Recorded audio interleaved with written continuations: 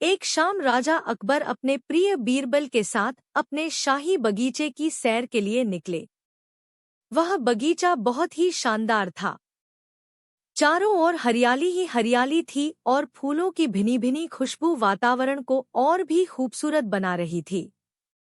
ऐसे में राजा को जाने क्या सूझा कि उन्होंने बीरबल से कहा, बीरबल, हमारा मन है कि इस हरे भरे बगीचे में हम हरे घोड़े में बैठकर घूमें।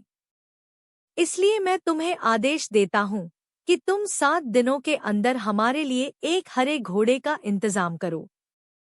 वहीं अगर तुम इस आदेश को पूरा करने में असफल रहते हो तो तुम कभी भी मुझे अपनी शक्ल न दिखाना।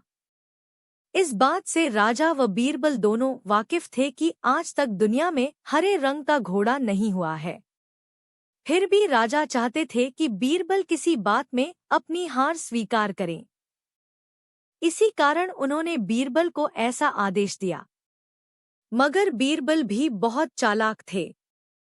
वो भली भांति जानते थे कि राजा उनसे क्या चाहते हैं, इसलिए वो भी घोड़ा ढूंढने का बहाना बनाकर 7 दिनों तक इधर उधर घूमते रहे।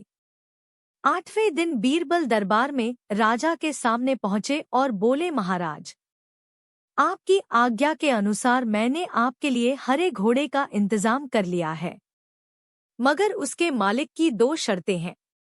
राजा ने उत्सुकता से दोनों शर्तों के बारे में पूछा। तब बीरबल ने जवाब दिया, पहली शर्त यह है कि उस हरे घोड़े को लाने के लिए आपको स्वयं जाना होगा। राजा इस शर्त के लिए तैयार हो गए। फिर उन्होंने दूसरी शर्त के बारे में पूछा।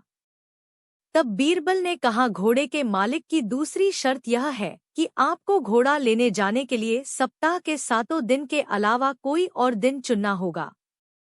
यह सुन राजा हैरानी से बीरबल की ओर देखने लगे।